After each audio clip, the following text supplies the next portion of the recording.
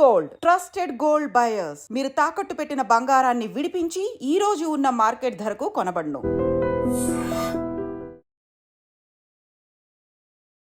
Hi hello నమస్తే, welcome back to iDream media. ఈరోజు మనతో ఉన్నారు సర్టిఫైడ్ ఫైనాన్షియల్ ప్లానర్ అయిన సుభాష్ బాబు గారు. ఇక ఈరోజు టాపిక్ అయితే మనందరికీ ఫేవరెట్ అని చెప్పొచ్చు. చిన్నప్పటి నుంచి మన అమ్మ నాన్న ఎందులోనే డబ్బులు పెడుతున్నారని తెలిసిందంటే అది ముఖ్యంగా బంగారం అని అందరికీ ఐడియా ఉంటుంది. బట్ ఒకప్పుడు ట్రెడిషనల్ ఇన్వెస్ట్మెంట్ ఇప్పుడు ఓల్డ్ అయిపోయిందా? స్టాక్ మార్కెట్ వచ్చాక గోల్డ్ ఇన్వెస్ట్మెంట్స్ పడిపోయినాయా అనుకునే టైంలో గోల్డ్ చూస్తే ₹1,00,000 దాటేసింది. అసలు గోల్డ్ ఎంత పెరగడానికి కారణాలు ఏంటి? రైట్ నో గోల్డ్ ఏ ప్రైస్లో ఉంది, దీనికి కారణాలు ఏంటి, ఇవన్నీ కూడా తెలుసుకుందాం. నమస్కారం సార్. నమస్కారం అండి. గోల్డ్ అంటే ప్రతి ఒక్కరికి ఒక ఎమోషనల్ కనెక్ట్ ఉంటుంది. అంటే గోల్డ్ ఉంటే కాస్త రిచ్, కాస్త ఓకే ధైర్యం, అమ్మ వాళ్ళకేమో కాస్త ధైర్యంగా ఉంటుంది. ఏదైనా అవసరం వచ్చినా దాన్ని యూజ్ చేస్తూ ఉంటారు ఒకప్పుడు అంతా కూడా. ఇది స్టాక్ మార్కెట్ గురించి అవేర్నెస్ వచ్చాక అండ్ రియల్ ఎస్టేట్ గురించి కూడా కాస్త భూమి పెరిగాక ఇది కాస్త తగ్గిందని చెప్పవచ్చు అని అనుకున్నాం అందరూ. బట్ ఆ టైంలో కూడా గోల్డ్ అనేది ₹1,00,000 మార్క్ దాటింది, even before our market. So ఏం రీజన్స్ ఉన్నాయి దీన్ని ఇంతలా బలోపేతం చేయడానికి? మీరు చెప్పిన ఎగ్జాంపులే మనం దాన్ని ఎక్స్ట్రాపులేట్ చేయొచ్చు. ఓకే, మామూలు ఫ్యామిలీస్ గోల్డ్ని జాగ్రత్త కోసం పెట్టుకుంటారు ఇంట్లో. అంటే ఎఫ్డీలో bank saving deposit, post office పెట్టి గోల్డ్ ఇంట్లో పెట్టుకుంటారు, ఏదైనా అవసరం వస్తే వాడుకోవాలి అని. అలాగే దేశాలు కూడా గోల్డ్ని ఇన్ఫ్లేషన్ లేకపోతే వాలటైల్ మార్కెట్స్కి హెడ్జ్గా పెట్టుకుంటాయి. గత 6 నెలలుగా మేము ఏడాది పాటు చాలా కంట్రీస్ గోల్డ్ ఎక్కువ కొన్నాయి. అంటే గోల్డ్ ఎందుకు పడిందా అనే విషయం మనం పక్కన పెడితే చాలా countries including India has bought lot of gold. Gold ఒక hedge against risks and volatility, అది మనం గుర్తుపెట్టుకోవాలి. సరే, గోల్డ్కి US డాలర్కి ఎప్పటి నుంచో అవినాభావ సంబంధం ఉంది. ఎప్పటి నుంచో అంటే మేబీ 60-70 ఏళ్ళుగా అది గోల్డ్ డాలర్కి లింక్ అయి ఉంది ఎప్పటి నుంచో. అది గత 1 year 2 yearsగా డాలర్ కొంచెం వీక్ అవుతుంది. US పాలసీస్ వల్ల అవ్వచ్చు, మిగతా కరెన్సీస్ బాస్కెట్ ఆఫ్ కరెన్సీస్తో అది లెక్క వేసుకుంటే గోల్డ్ డాలర్ కొంచెం వీక్ అవుతుంది. డాలర్ వీక్ అయినప్పుడు గోల్డ్ స్ట్రెంగ్థన్ అవుతుంది. స్ట్రెంగ్థన్ అయినప్పుడు అప్పుడు డిమాండ్ దాన్ని బట్టి మారుతూ ఉంటుంది.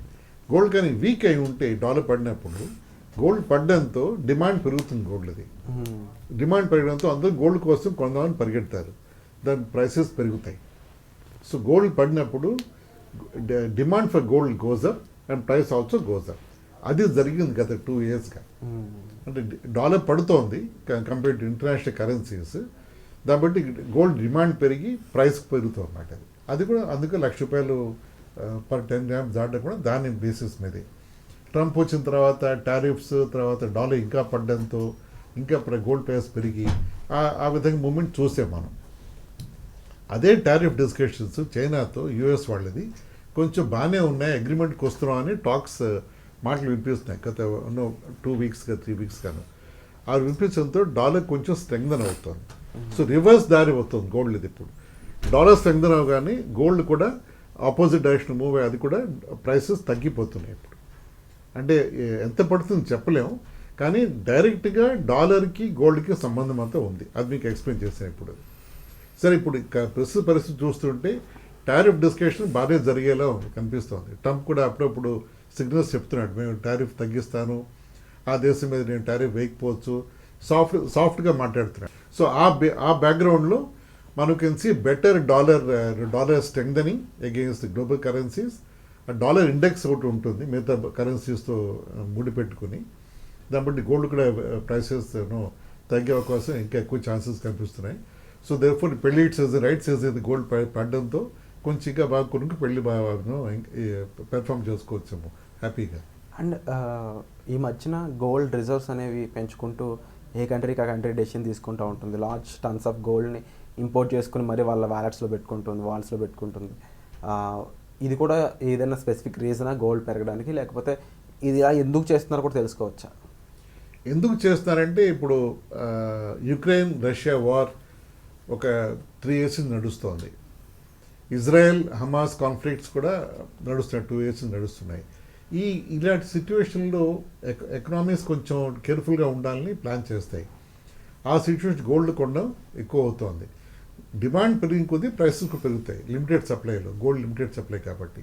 సో అది చూసామన్నట్టు గత 2-3 yearsగా చూస్తున్నాం మనం. అది ముఖ్యంగా global uncertainty, geo political factors, రకరకాల వార్స్, ఈ సిచ్యువేషన్లో కొంచెం ప్రతి దేశం వాళ్ళ ఎకానమీని సేఫ్ గార్డ్ చేసుకోవాలి అని గోల్డ్ కొనడం జరిగింది. ఇండియా కూడా గోల్డ్ కొంది, చాలా చాలా చాలా క్వాంటిటీ గోల్డ్ కొంది. ఎగ్జాక్ట్ క్వాంటిటీ నాకు ఐడియా లేక చాలా క్వాంటిటీ కొంది.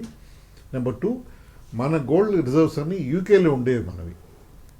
కొన్ని వేల టన్నులు యూకేలో మన గోల్డ్ని జాగ్రత్తగా ఇండియాకి తెచ్చేసుకున్నారు. అంటే యూకేలో కాకుండా ఈ జియో పొలిటికల్ కన్సిడరేషన్స్ ఎలా ఉంటుంది చెప్పడం కోసం కాబట్టి క్వైట్గా మన వాళ్ళు గోల్డ్ తెచ్చి ఇండియాలో పెట్టేసుకుని మన దగ్గరే మన గోల్డ్ ఉండాలని చెప్పి మనం తెచ్చి పెట్టేసుకున్నాం మనం. సో అది secondary factor. But then yes, ఈ గోల్డ్ కొనడానికి కారణం geopolitical considerations.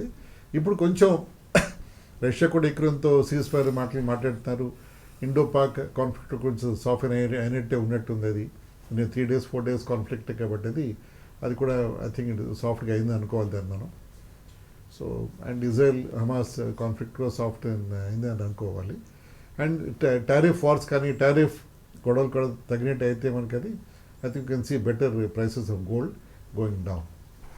So overall చూసుకున్నట్లయితే గోల్డ్ అనేది ఇప్పుడు అవుట్ పర్ఫామ్ చేసిన చాలా అసెట్స్ని ఇన్ ఫ్యూచర్ గోల్డ్ కూడా ఎలాగ ఉంటుంది? ఫ్యూచర్ ఆఫ్ గోల్డ్ అంటే ఏంటి? ఇన్ ఫ్యూచర్ గోల్డ్ అంటే గోల్డ్కి స్టాక్ మార్కెట్కి ఈక్విటీస్ కూడా సంబంధం ఉంది. యూజువల్లీ గోల్డ్ అనేది స్టాక్ మార్కెట్ ఇన్వర్స్లీ ప్రొపోర్షన్ ఉండేది, అది పెరిగితే తగ్గేది. అవును. బట్ ఒక టైంలో ఇది పెరిగితే అది కూడా పెరిగింది, అది అర్థం కాలేదు ఎలా జరిగింది. అది అవును, తమ్ముడు పారామీటర్స్ అవి. అంటే అది పెరిగితే పడిపోలేదు, ఇది పెరిగితే పెరగాలని లేదు. కానీ ఒక పాయింట్ మీరు అన్నట్టు 2 ప్యారల్గా పెరిగాయి. అది నమ్మ రేరుగా అవుతుంది ఫినామినా అనేది. అది కూడా జరిగింది. కానీ డాలర్ స్ట్రెంగ్తన్ అయ్యే ఛాన్సెస్ ఉన్నాయి కాబట్టి గోల్డ్ పడే అవకాశం ఎక్కువ కనిపిస్తుంది. Going for maybe 6 months gold ఇంకా పడచ్చు నా లెక్కండి. ఎంతవరకు పడుతుందని చెప్పడం కష్టం, గెస్ చేయడం కష్టం. కానీ దాని trend will be mostly downward అని అనిపిస్తుంది. సో ఫైనల్గా గోల్డ్కి సంబంధించి ఇన్వెస్ట్మెంట్ విషయంలో చూస్తే ఇప్పుడు డిజిటల్ గోల్డ్ ఉంది, డైరెక్ట్ ఫిజికల్ గోల్డ్ ఉంది, అండ్ ఈవెన్ గోల్డ్ అనేది ఆర్నమెంట్స్లో తీసుకునే పద్ధతి మనకు బాగా అలవాటు. అండ్ గోల్డ్ ఈటీఎఫ్స్ అండ్ మరీ ముఖ్యంగా గోల్డ్ బాండ్స్. ఓవరాల్ రెండిట్లో పొజిషన్ ఇవ్వాలి అంటే ఏది ఫస్ట్ ప్రిఫరెన్స్ ఇస్తారు? అలా just correct you, sovereign gold bonds government ఆపేసింది. Okay, that window is permanently closed and sealed.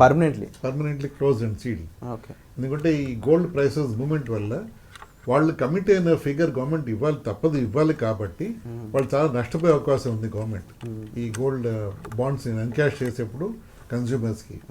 So తెలిసేసి మళ్ళీ వాళ్ళు ఇష్యూ చేసే ప్లాన్లు అయితే లేదు. వాళ్ళు అనౌన్స్ కూడా చేస్తే పార్లమెంట్లో మన బడ్జెట్లో కూడా Sitharaman finance minister gold bonds schemes ఆపేసేవని. Okay, coming back to this one right now. Okay, investment పరంగా చూడాలి అంటే గోల్డ్ ఈటీఎఫ్స్ అది best bet. Exchange trade funds గోల్డ్లో పెట్టుకోవడం బెస్ట్ బెట్. అది మీరు అన్నట్టు మన ఇండియన్స్కి ఆర్నమెంట్స్ మీద ఎక్కువ మమకారం కాబట్టి part of it can be in ornaments, part of it can be in investments. అలా చేసుకోవడం I think best way to go forward in gold investing. And thank you so much for the information sir. So ఇలాంటి విషయాలపై మరింత మీకు guidance కావాలనుకున్నట్లయితే display అవుతున్న numbers call చేసి సార్ని సంప్రదించవచ్చు. వచ్చే ఎపిసోడ్లో మళ్ళీ కలుద్దాం. Thank you so much sir. Thank you అండి.